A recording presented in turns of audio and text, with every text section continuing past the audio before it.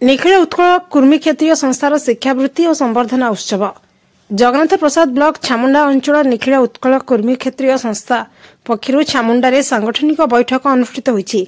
मुख्य अतिथि भाव विधायक प्रद्युम्न कुमार नायक जोग देथिले।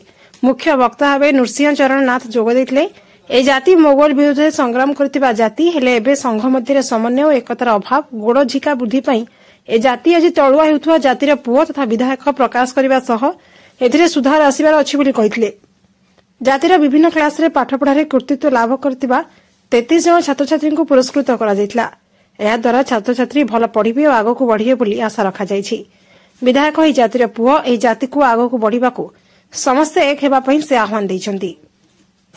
आज आम जातिर छामुंडा अंचल तरफरु मेधावी छात्र छात्री मानकु सर्टिफिकेट प्रदान करिवार आयोजन थिला। से कार्यक्रम रे विधायक को मुख्य अतिथि भाव निमंत्रित करिथिबारु मो सेमानक निमंत्रण रक्षा करी एठे योगदान करथिले। जातिर एभली कार्य केमति देखथि? मो निजे जातिर गोटे सभापति जातिर उन्नति करिया पे दीर्घ 12 वर्ष होला मो दायित्व रहिछि। मो अंचल सभापति हिसाब रे एबे छामुंडा अंचल बाबू माने किछि गुरु दायित्व दैछन्ति। ताकू से गुरु दायित्व को संपूर्ण भाव माने पूर्ण करिया पे मते दायित्व नैछि।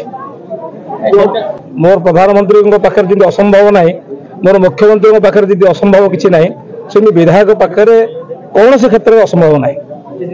निज जाति पे आगामी पदक्षेप कौन रहिबो? मु चाहूँ आम पिलांकर शिक्षा क्षेत्र में किंतु अग्रगति हो। आम बहुत पछर रही जाइछु। प्रथम दायित्व होची शिक्षा क्षेत्र में किंतु अग्रगति हो।